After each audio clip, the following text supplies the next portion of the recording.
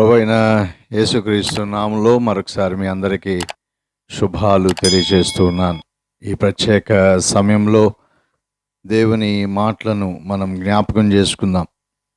విమోచకుని గురించిన అంశాలు, విమోచింపబడిన మనం ఏం చేయాలి అన్న రెండు అంశాలను సాధ్యమైనంత త్వరగా దేవుని మాటలను తెలుసుకోవటానికి ప్రయత్నం చేద్దాం.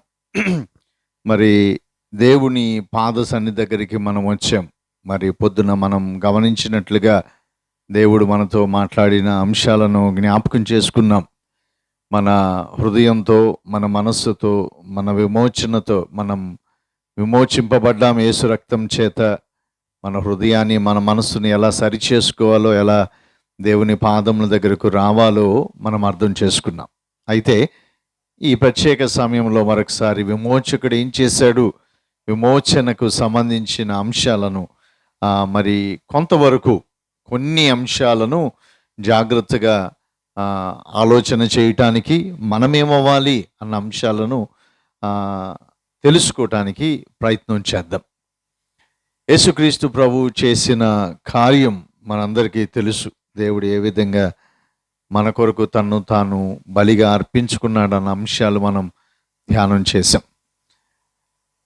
ఫిలిప్పీలకు రాసిన పత్రిక 2వ అధ్యాయంలోని మాటను ధ్యానాంశంగా తీసుకొని అక్కడి నుంచి చదవం, కానీ ఆది కాండంలోనికి వెళ్దాం. అది చదివితేనే మనకి మరింత లోతుగా ప్రభువు చేసిన అంశాలు మనకు అర్థమవుతాయి. ఫిలిప్పీలకు రాసిన పత్రిక 2వ అధ్యాయం 5వ వచనం నుంచి చదువుకుందాం.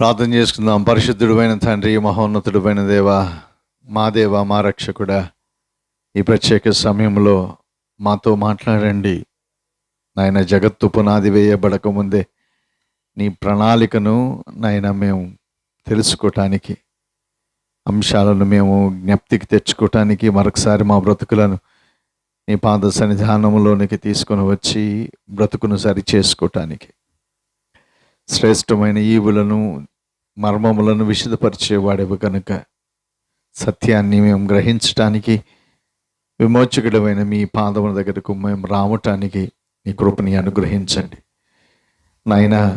నీ ప్రత్యక్షతనివ్వండి, మీ సన్నిధానాన్ని మా మధ్యన ఉంచండి. మీరు మాట్లాడితేనే కదయ్యా మాకు అర్థమయ్యేది. మీరు మాట్లాడుతున్న ప్రతి సత్యం మా హృదయంలో భద్రపరచబడటానికి వాక్య స్వరూపివై మా మధ్యన ఉండి నాయన మరొకసారి నన్ను, మమ్మల్ని బలపరచండి అయ్యా. నీ యొక్క పాద సన్నిధానములో శ్రేష్టమైన ఈవులను మాకు బయలుపరచండి. తద్వారా మేము మీకు సమీపస్తులమై నీ కృప చేత మేము నింపబడినట్లుగా పాపపు అంశంలో నుండి మేము బయటికి రావటానికి సహాయాన్ని దయచేయమని మరొకసారి నన్ను, మమ్మల్ని దర్శించి బలపరిచి నీ కార్యములు మా జీవితాలలో జరిగించమని మరొకసారి నన్ను మరుగుపరచండి. నాతో మాట్లాడండి నాయన. ఇక్కడున్న ప్రతి బిడ్డతో మాట్లాడి నీ కృపను విస్తరింపచేయమని మహిమ ఘనత ప్రభావములు మీకే ఆరోపిస్తూ యేసుక్రీస్తు ప్రభువు అతి శ్రేష్టమైన నామంలో అడిగి వేడుకొంచున్నాము తండ్రి, ఆమేన్. పాపం ఏం చేసింది అన్న అంశాన్ని మనం గమనించాం. పాపం మనకి మరణాన్ని తీసుకుని వచ్చింది. ఆత్మీయంగా చనిపోయాం అన్న అంశాన్ని మనం అర్థం చేసుకున్నాం. మన హృదయం చెడిపోయిందని, మన మనస్సు మరి భయంకరమైన అంశాలను ఆలోచిస్తుంది అని మనం గ్రహించగలిగాం. ఎప్పుడైతే దేవుని పాద సన్నిధానంలో దేవుని వైపు చూసామో, దేవుడు గొప్ప కార్యాలను చేశాడు కదండి. చనిపోయిన మనం యేసు ప్రభు దగ్గరికి వచ్చినప్పుడు, యేసయ్యా ఇదిగో నా జీవితం అన్నప్పుడు ఆయన రక్తంతో మనలను కడిగి పరిశుద్ధపరిచిన అంశాలను మనం జ్ఞాపకం చేసుకున్నాం. నూతనమైన ఆత్మను, నూతనమైన హృదయాన్ని దేవుడు మనకి అనుగ్రహించినట్లుగా మనం గమనిస్తూ ఉన్నాం. కొద్ది అంశాలను మరొకసారి సిలువను గురించిన సత్యాలను కొంతవరకు ఆలోచన చేయటానికి ప్రయత్నం చేద్దాం. మనం కనుక ఆలోచన చేస్తే ఆదాము పాపం చేస్తే ఏమైంది అన్న అంశాన్ని మనం అర్థం చేసుకుంటే చాలా వరకు సొల్యూషన్స్ అర్థమవుతాయి కదండి. దేవుని గొప్ప కార్యాన్ని మనం అర్థం చేసుకోగలం. జాగ్రత్తగా ఆలోచన చేద్దాం. ఏమైంది? ఆదాం పాపం చేశాడు, ఏమైంది అనుకోవాలి కదండి. చెప్పండి. పాపం చేశాడు ఆదాము, ఆదికాండం 3వ అధ్యాయం. ఏమైంది కదండి? చాలా జరిగాయి. మీరు ఎన్ని చెబుతారో చూడాలి. ఆదికాండం 3వ అధ్యాయంలో చాలా జరిగింది. ఏమొచ్చింది? శాపం వచ్చింది. ఇంకా ఇందాక వచ్చాం, మరణం వచ్చింది. ఇంకా బయటికి వెళ్ళిపోయాడు. దేవుడు ఉంచిన స్థలంలో నుండి బయటకు వెళ్ళిపోయాడు. ఇంకా ఓకే, ఇంకా ఇంకా ఆత్మీయంగా చనిపోయాడు. ఓకే, శారీరక మరణం కూడా వచ్చింది. దేవునితో మాట్లాడే అంశాన్ని పోగొట్టుకున్నాడు. ఇంకా చూసారండి, ఎన్ని వచ్చినాయో, చెప్పుకుంటూ పోతే ఇంకా చాలా ఉన్నాయి. రైట్. అయితే కొన్ని అంశాలను జ్ఞాపకానికి తీసుకుని వస్తాను. విమోచనకు సంబంధించిన అంశాన్ని అర్థం చేసుకుందాం. ప్రత్యేకంగా ఒక 3-4 అంశాలను మాత్రమే మీ ముందుకు తీసుకొని వస్తాను. అప్పుడు అర్థమవుతుంది పాపం ఏం చేసింది అని అంటే దేవుణ్ణి మన నుంచి దూరం చేసింది కదండి. దూరం అయిపోయాం మనం. దేవునికి మనకి మధ్య ఏమొచ్చేసింది? ఎడబాటు వచ్చేసింది. దూరం అయిపోయాం. అది బాధకరమైన అంశం. మరి దూరమైన మనం కలపబడాలంటే ఏం చేయాలి? ఇంకో విధంగా అప్పుడు చెప్తాను, బాగా అర్థమవుద్ది కదండి. పాపం ఏం చేసిందంటే తండ్రి చేతిని విడనాడినట్టుగా చేసింది. దేవుని చేతిలో చేయి పట్టుకొని హ్యాపీగా ఉండే మనల్ని వదిలేసాం, దూరం అయిపోయాం. ఇంకా బాగా చెప్పనా కదండి, ఏమొచ్చింది? తిరుగుబాటు స్వభావం వచ్చింది. నువ్విచ్చిన స్త్రీయే కదా అని ఏలు పెట్టి చెప్పగలిగిన స్థితికి మానవుడు వచ్చేశాడు కదండి. ఎంత బాధాకరమైన అంశం. మనిషికి దేవునికి మధ్య అగాధం ఏర్పడిపోయింది. జాగ్రత్తగా ప్రభు యొక్క ప్రేమను అర్థం చేసుకోవటానికి మనం ప్రయత్నం చేస్తున్నాం. మనకి ఏమొచ్చింది అని మనం ఆలోచన చేస్తే, ఇందాక మనం అనుకున్నట్లుగా జ్ఞాపకం చేసుకోండి, మానవునికి దేవునికి మధ్య ఏమొచ్చిందండి? దూరం వచ్చింది కదా. అగాధం ఏర్పడింది. అగాధమే అది కదండి. అగాధం ఏర్పడిపోయింది. జ్ఞాపకం చేసుకోవాలి. 2వ అంశం, మానవునికి ఏమొచ్చిందంటండి? తిరుగుబాటు స్వభావం వచ్చింది. తిరగబడతాం ప్రారంభం చేసాం, తిరగబడుతున్నాం.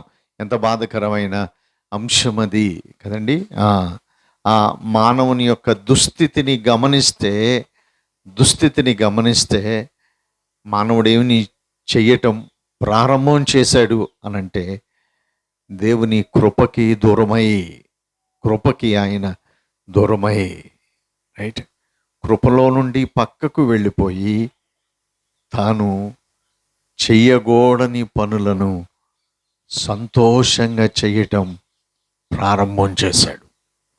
దేవుని ఆశీర్వాదాలను తృణీకరించటం ప్రారంభం చేశాడు. ఇది బాధకరమైన అంశం. ప్రభువు మీద తిరుగుబాటు స్వభావం వచ్చింది. ఏవి మన జీవితాలలో ఆశీర్వాదకరంగా ఉన్నాయో ఆ ఆశీర్వాదాన్ని పక్కకు నెట్టివేయటం ప్రారంభం చేశాం. ఇంకొద్దిగా జాగ్రత్తగా మనం ఆలోచన చేస్తే ప్రభువు పాద సన్నిధానంలో కదండి, పాపం ఏం చేసింది అంటే దేవునికి మనకి మధ్య ఏం చేసిందండి? అగాధాన్ని సృష్టించింది.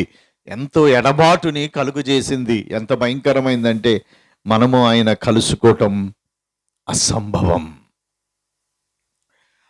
మనము మళ్ళీ కలుసుకోవటం అసంభవం. ఎందుకనంటే బాగా చెప్పాలి అనంటే మధ్యలో అంత అగాధం ఏర్పడిపోయింది. ఎవరు దాన్ని దాటలేని స్థితి.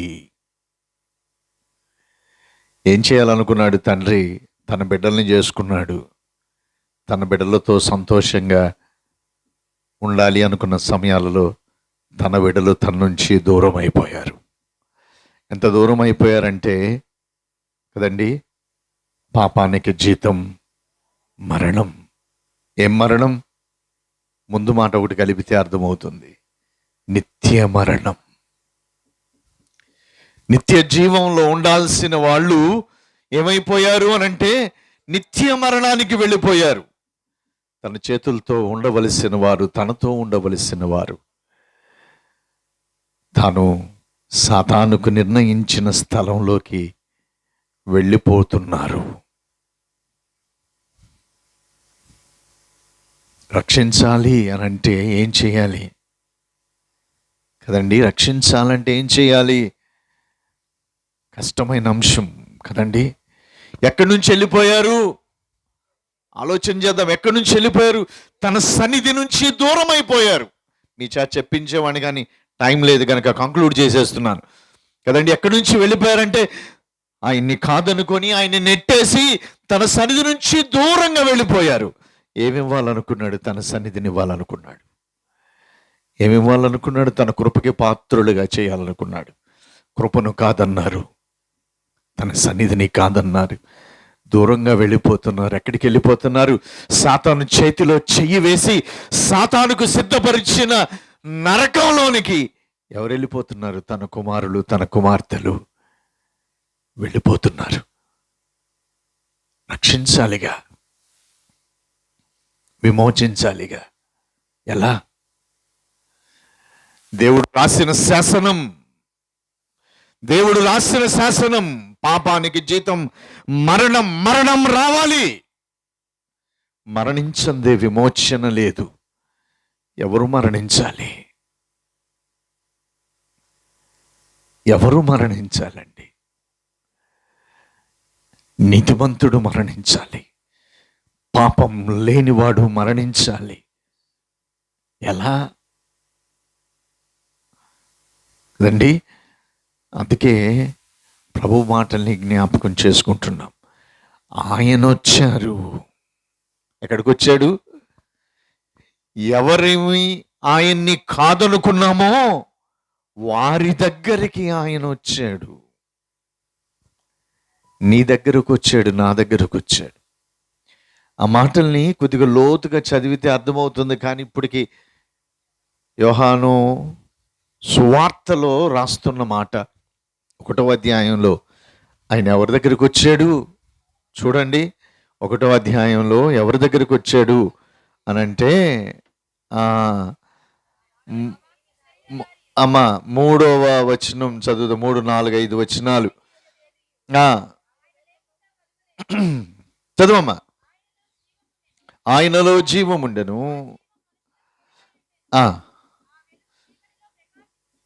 ఆ వెలుగు చీకటిలో ప్రకాశించుచున్నది గాని చీకటి దానిని గ్రహింపకుండెను. కదండి, వెలుగుగా వచ్చాడు. ఎక్కడికి? చీకట్లో ఉన్న వాళ్ళ దగ్గరికి. ఎందుకు వచ్చాడు? చీకట్లో ఉన్న వాళ్ళను వెలిగించటానికి వచ్చారు. కానీ ఏం చేశారంట? చీకటిలో ఉన్న వాళ్ళు వెలుగుని గ్రహించలేదు. 3వ అధ్యాయంలో ఇందాక మనం చదువుకున్నాం. లోపలికి వెళ్తే 3వ అధ్యాయం 16 చదువుకున్నాం. 19కి వెళ్తే 19వ వచనంలోని మాట కనుక చూస్తే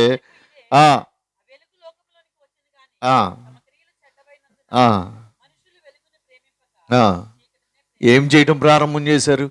చీకటిని ప్రేమిస్తున్నారు. వెనకరండి, వెలుగుని, తొందరగా చెప్పాలి, వెలుగుని ప్రేమించట్లేదు కదండి. చీకటిని ప్రేమిస్తున్నారు. ఎవరిని ప్రేమించలేదు? పాపాన్ని ప్రేమిస్తున్నారు. ఎవరిని ప్రేమించట్లేదు? దేవుణ్ణి ప్రేమించట్లేదు. ఏమైపోయాం? దాని ముందు మాట, వారి క్రియలు చెడ్డవైపోయినాయి. ఏమైపోయినాయి ఏంటండి? ఆ వెనక్కి చదువుతాను. ఇంగ్లీష్లో ఇప్పుడు వెనక్కి ఉంటుంది కదండి. ఆ చీకటి ప్రేమించటం మొదలు పెట్టారు, దేవుణ్ణి నెట్టేయటం మొదలు పెట్టారు. క్రియలు ఏమైపోయినాయి? చెడ్డమైపోయినాయి. కింద వచ్చిన చదివితే ఇంకా భయంకరంగా ఉంది. ఏం చేయటం ప్రారంభం చేశాడంట? దుష్కార్యములు చేయు ప్రతి వాడును వెలుగుని ఏ స్థితికి వచ్చాడు? ఇంతకుముందు ప్రేమించలా, ఇప్పుడు ఏం చేయటం ప్రారంభం చేసాం? ద్వేషించటం ప్రారంభం చేసాం. ఎవరిని? దేవుణ్ణి. మనుషులు దేవుణ్ణి ద్వేషించటం ప్రారంభం చేశారు. దేవుణ్ణి కాదని బతకడం ప్రారంభం చేశారు. వారి క్రియలు ఎలా ఉన్నాయి? దుష్క్రియలు అయిపోయినాయి. చెడ్డ పనులు చేసి ఆనందించటం ప్రారంభం చేశారు. కారణం ఒక్కటే, ఏమయ్యా, మనం దేవునికి దూరం అయిపోయాం. దేవుడు లేకపోతే ఏముంటుందండి? వెలుగు లేని చోట ఏముంటుంది? అందుకే మనలో నుంచి ఏం పనులు బయటకు వస్తున్నాయి? చీకటి పనులు బయటకు వస్తున్నాయి. అదే బాధకరమైన విషయం. ఇప్పుడు కొద్దిగా ఆలోచన చేద్దాం దేవుని గురించి కదండి. ప్రేమించేవాడు నువ్వేం పని చేస్తున్నావు? చీకటి పనులు చేస్తున్నావు, దుష్క్రియలు చేస్తున్నావు, ఆయనకు అసహ్యమైనవి చేస్తున్నావు. ప్రభు ఎలా ఉండుంటాడు కదండి? ఎలా ఉండుంటాడు? పిల్లలు మనకి ఇష్టం లేనివి చేస్తున్నప్పుడు మనం ఎలా ఉంటామండి? కదండి? ఎట్లుంటుంది మనకి? ఎంత బాధ, ఎంత వేదన, ఎంత బాధ అండి. కడుపు కోసేస్తూ ఉంటుంది. ప్రభు పడుతున్న వేదనది. నిన్ను ప్రేమించే దేవుడు నువ్వు ఆయన్ని కాదంటుంటే పడుతున్న వేదన. ఏం చేయాలి?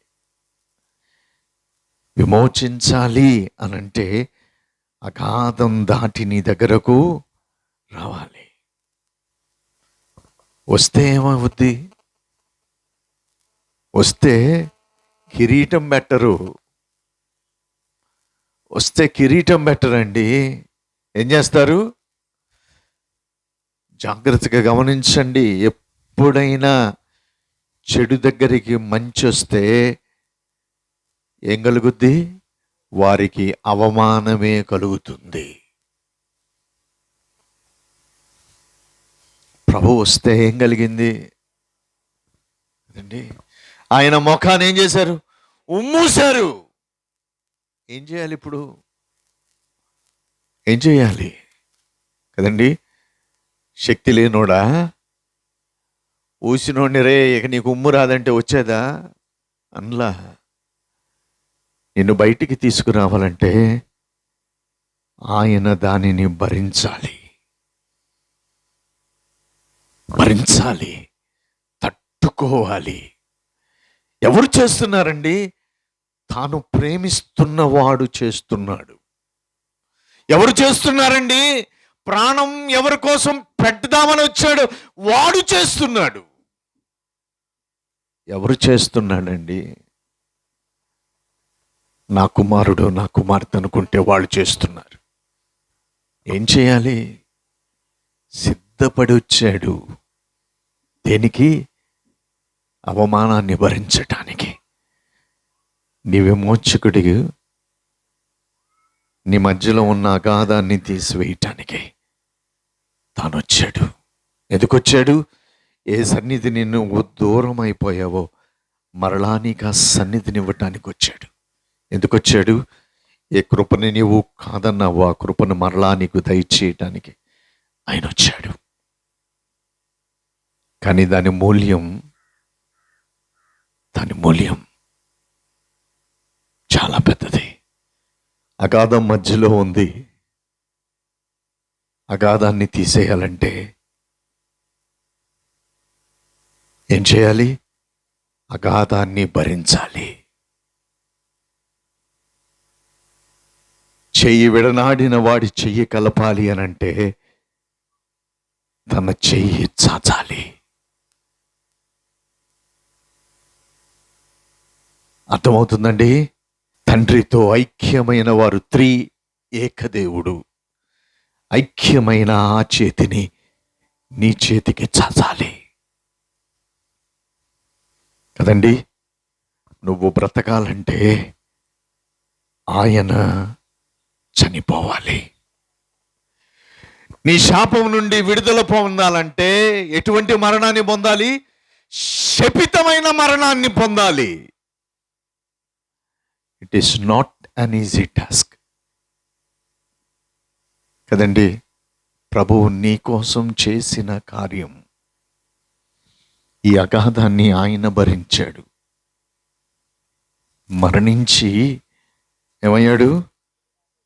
సమాధి చేయబడి ఎక్కడున్నాడు? అది లేచిన తర్వాత ఎక్కడికి వెళ్ళిపోయాడండి? భరించాడు. నీ పాపాన్ని భరించాడు ఆయన. వెళ్ళిపోయాడు, లోపలికి వెళ్ళిపోయాడు. భరించటానికి వెళ్ళాడు, భరించాడు. జ్ఞాపకం చేసుకో. ఇది చిన్న విషయం కాదండి, జ్ఞాపకం చేసుకోండి కదా.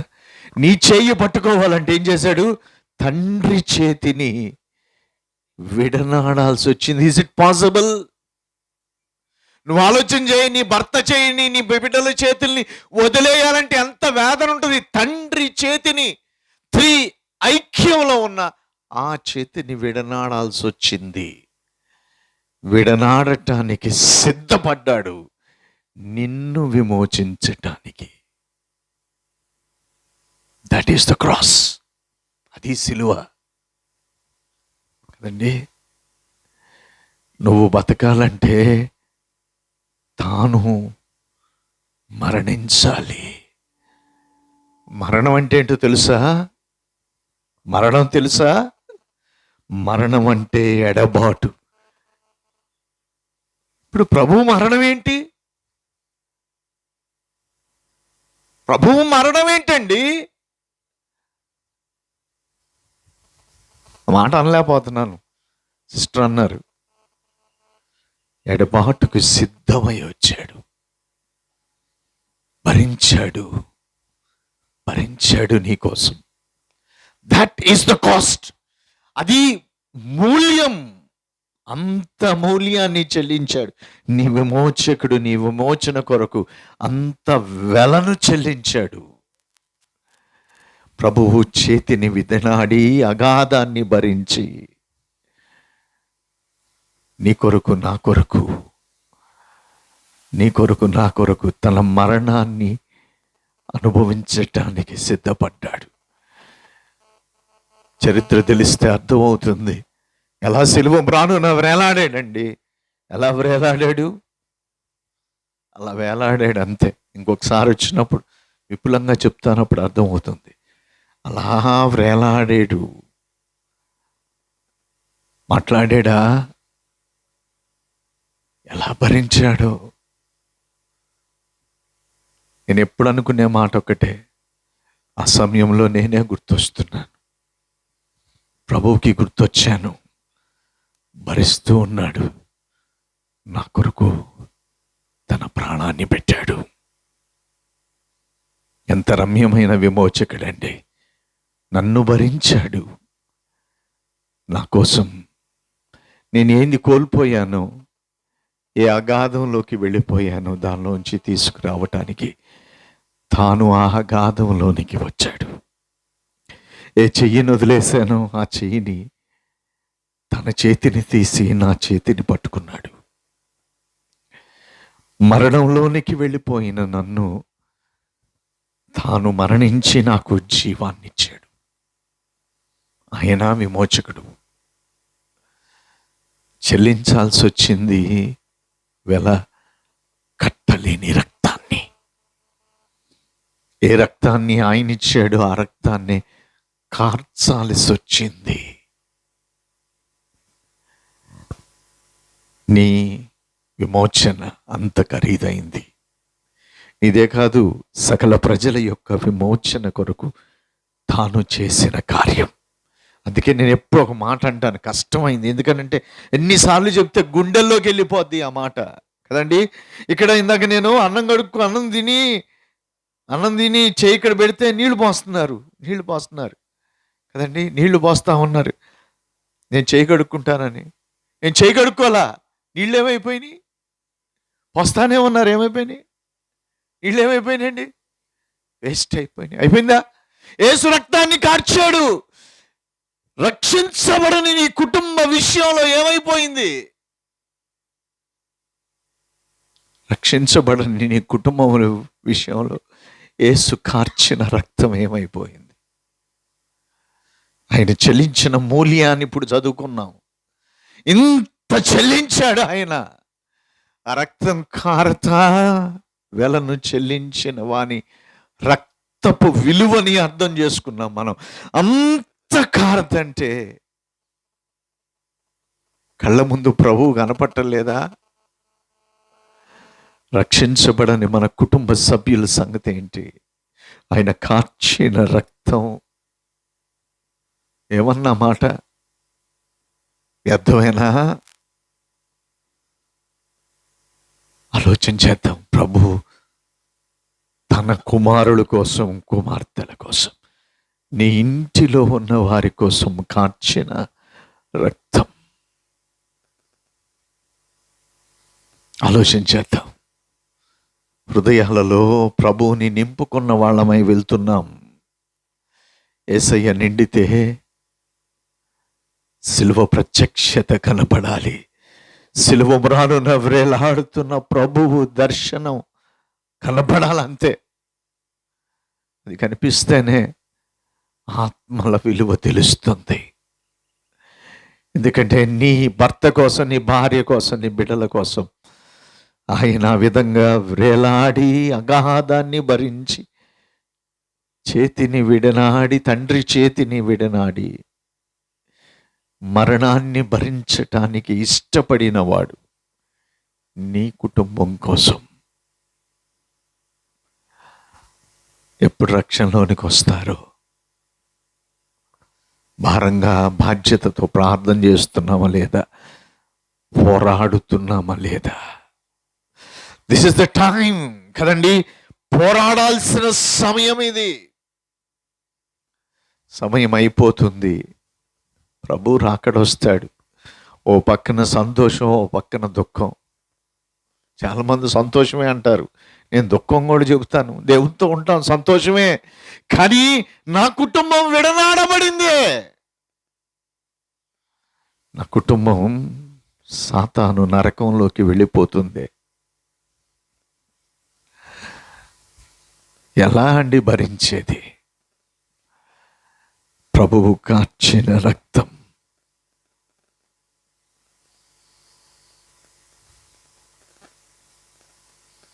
ఆలోచన చేద్దాం. రక్షించబడని మన కుటుంబస్తుల కోసం కన్నీరు కారుద్దాం. ప్రభు రక్తం వ్యర్థమవ్వకూడదు. ప్రభువు భరించిన అగాధం వ్యర్థమవ్వకూడదు. ప్రభువు నా కోసం చాచిన చెయ్యి ఉట్టి చేయిగా వెళ్ళిపోకూడదు. తండ్రి సన్నిధిని ఈరోజు మనం అనుభవిస్తున్నాం. అనుభవించలేని వారి పరిస్థితి ఏంటండి? This the time. అందుకే ప్రియ సహోదరుడ, సహోదరి, ప్రభువుని ఈ సమయంలో చూడటానికి సిద్ధపడు. దేవుని అద్భుత కార్యాలు జరుగుతాయి. ఆయన విమోచకుడుగా వచ్చాడు. మనము విమోచించబడ్డాం. ఆయన పాదముల దగ్గరికి వెళ్ళి దేవునికి వందనాలు.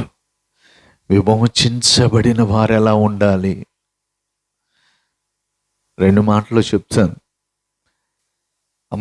అపోస్తల కార్యముల గ్రంథంలోని మాటలను నేను చూపిస్తా. కనెక్టివిటీ కొద్దిగా డిస్కనెక్టెడ్గా వెళ్తుంది. ఎందుకనంటే సమయాన్ని బట్టి ఆ విధంగా వెళ్తున్నాం. 6వ అధ్యాయంలోని మాటలను నేను జ్ఞాపకానికి తీసుకుని వస్తాను. విశ్వాసులంగా మనం ఎలా ఉండాలి అని అంటున్న మాటలను జ్ఞాపకం చేస్తూ చాలా అద్భుతమైన అంశాలు తన దాసుడైన స్టెఫను జీవితంలో నుంచి చూస్తూ మనం ముందుకు వెళ్దాం. ఎలా ఉండాలని ప్రభువు ఆశిస్తున్నారు అనంటే ఎలా ఉండాలి? 6వ అధ్యాయం 3వ వచనాన్ని చదువుకుందాం. కాబట్టి సహోదరులారా, ఆత్మతోనూ జ్ఞానముతోనూ నిండుకొని, చాలండి 8వ వచనాన్ని చదువుదాం. కృపతోనూ బలముతోనూ నిండిన వాడై. చాలు, 4 అంశాలు. చెప్పే టైం లేదు కాబట్టి చదివించి వదిలేస్తున్నాను.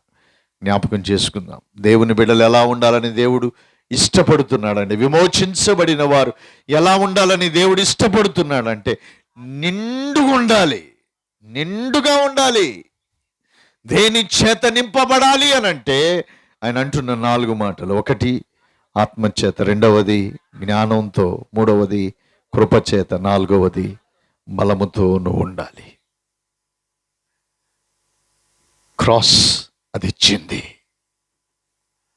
దాని కనెక్షన్ ఈరోజు చెప్పలేకపోతున్నాను. సిలువకి దీనికి మధ్య పెద్ద సంబంధం ఉంది. ప్రభువు ఏది విడనాడాడో, ఏది మనకిచ్చాడో, ఈ 4 అంశాలలో చక్కటి అంశం మనలో ఉంటుంది.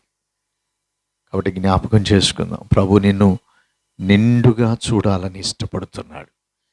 అందుకనే తను తాను ఖాళీ చేసుకున్నాడు. రిక్తుడయ్యాడు. నీ దగ్గరకు వచ్చాడు, చేతులను చాచాడు. నువ్వు నిండుగా ఉండాలని తాను ఆశిస్తున్నాడు. తనతో ఉండాలని ఆశిస్తున్నాడు. ఏ విధమైన క్రైస్తవ జీవితాన్ని మనం జీవిస్తున్నాం? ప్రభుతో ఉన్నామా? ప్రభువు నీకు దర్శనాన్ని ఇవ్వాలని కోరుకుంటున్నాను. నా ప్రారంభ దినాలలో ప్రభు దగ్గరకు వచ్చినప్పుడు, ప్రభువా నేను చెయ్యలేనున్నయ్యా, ఈ సేవ నేను చేయలేను, నా వల్ల కాదయ్యా అనుకున్నప్పుడు ప్రభువు నాకు ఇచ్చిన అభయం, నా సన్నిధి నీతో ఉంటుంది. ఆ ప్రత్యక్షతని ఎప్పుడు తీసేయనన్నారు. అది లేకపోతే నా జీవితానికి ఏం లేదు కదండి. నువ్వు కూడా నీ జీవితంలో ప్రభు పాదాల దగ్గరకు రా, దేవుడిస్తాడు ఆ కృపని. ముగించుకుందాం. దేవుని మాటల్ని జ్ఞాపకం చేసుకుందాం. విమోచకుడు చేసిన పని ఏం చేశాడు? అగాధాన్ని భరించాడు ఆయన.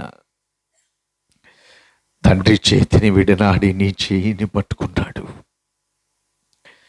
నీకు జీవాన్ని ఇవ్వటం కోసం తాను మరణించాడు. మరణాన్ని భరించటానికి ఇష్టపడ్డాడు. ఎందుకంటే మాట పెద్ద మాట, నువ్వంత విలువైన దానివి కాబట్టి నీకు విలువనిచ్చాడు. విలువని కాపాడుకుంటావా లేదా? అదే మాట చెప్తాను. ఆయన సిలువ రానున్న మరణించాడు, కానీ నీ ద్వారా ప్రత్యక్షం అవ్వటానికి ఇష్టపడుతున్నాడు. నీ ద్వారా ఆయన ప్రత్యక్షం అవ్వాలని ఆశపడుతున్నాడు. లోకానికి నీ ద్వారా కనపడాలనుకుంటున్నాడు. ఆలోచన చేద్దాం. ఆయన్ని లోపల పెట్టుకొని సమాధి రాయి మూసేసి బయటికి రాకుండా చేస్తావా? సమాధి రాయిని దొర్లించి ప్రభువుని నీలో నుండి బయటికి తీసుకొని వస్తావా? నీ చేతుల్లో ఉంది. ప్రభు నీలోనికి వచ్చాడు. దేవునికి వందనాలు కదండి.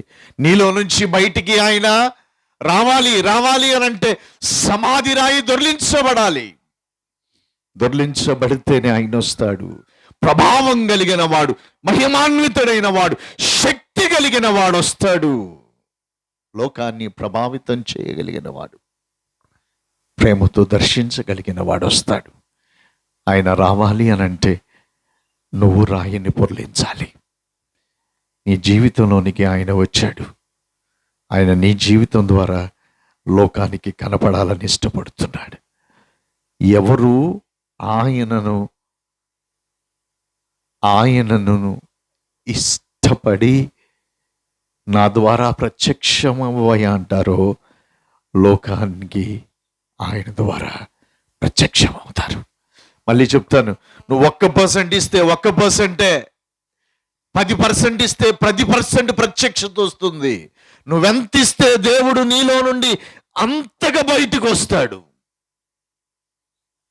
కానీ జ్ఞాపకం చేసుకో, వచ్చేవాడు దహించు అగ్ని అయి ఉన్నాడు. నీ లోపల కాలుతూ ఉంటుంది. కాలటాన్ని భరించిన వాడే ప్రభువు శక్తిని బయటికి తీసుకురాగలడు. నువ్వెలా ఉంటావో నీ జీవితం ఎలా ఉంటుందో ఆలోచన చేసుకో. ప్రభు మాత్రం నీ ద్వారా లోకానికి ప్రత్యక్షం అవ్వాలని ఇష్టపడుతున్నాడు. నీ జీవితాన్ని పరిశీలన చేసుకో. ప్రభు నీలో ఉన్నాడా? ఉంటే ఆయన్ని లోకానికి పరిచయం చేయి. లోకానికి పరిచయం చేయి. బాధొచ్చే శరీరాన్ని చూసి కాదు కదండి, కార్చిన రక్తాన్ని చూడు. నొప్పి కలిగించే శరీరాన్ని కాదు, వెలకట్టలేని శ్రమను భరించిన క్రీస్తు ప్రభువుని చూడు. నువ్వు నిలవబడగలవు సాక్షిగా. ఈ లోకానికి ఆయన సాక్షిగా, ఆయన ప్రతిబింబంగా నిలవబడటానికి ప్రయత్నం చేయి. దేవుడు తన అద్భుత కార్యాలను మన జీవితాల్లో చేస్తాడు. ప్రార్థన చేసుకుందాం. ప్రియ సహోదరుడా, సహోదరి, అమ్మాయ్యా, ప్రభువు విమోచకుడు. ఆయన నిన్ను విమోచించటానికి ఆయన చేసిన కార్యాన్ని జ్ఞాపకం చేసుకో. నిన్ను విమోచించటానికి ఆయన పరలోకాన్ని విడిచిపెట్టి మానవుడిగా ఈ లోకంలోనికి వచ్చాడు.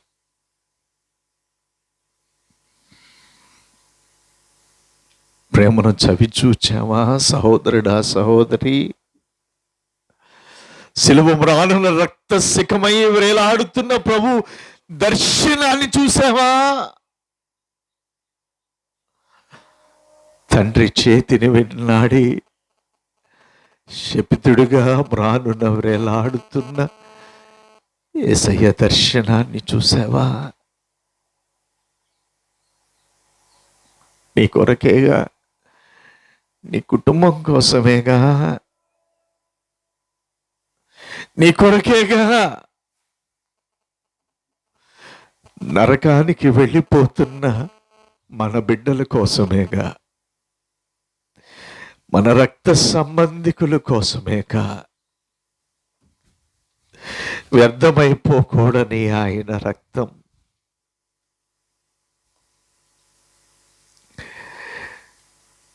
ఈరోజు ప్రభు దగ్గరకు వచ్చి తీర్మానం తీసుకుందాం. అయ్యా, నశించిపోతున్న నా కుటుంబానికి నీ రక్షణ వార్త నేను చెప్పటానికి నాకు శక్తినివ్వయ్యా. Father, let me stand. నేను నిలవబడటానికి నీకును వారికి నీ మధ్య నిలవబడే కృపను నాకు దయచేయండి. నువ్వు నా కోసం నిలవబడ్డావయ్యా, నేను నీ కోసం నిలవబడటానికి సహాయాన్ని దయచేయండి. నా కొరకు రక్తమును కార్చి అవమానమును నొంది శపితమైన మరణాన్ని పొందిన వాడవయ్యా.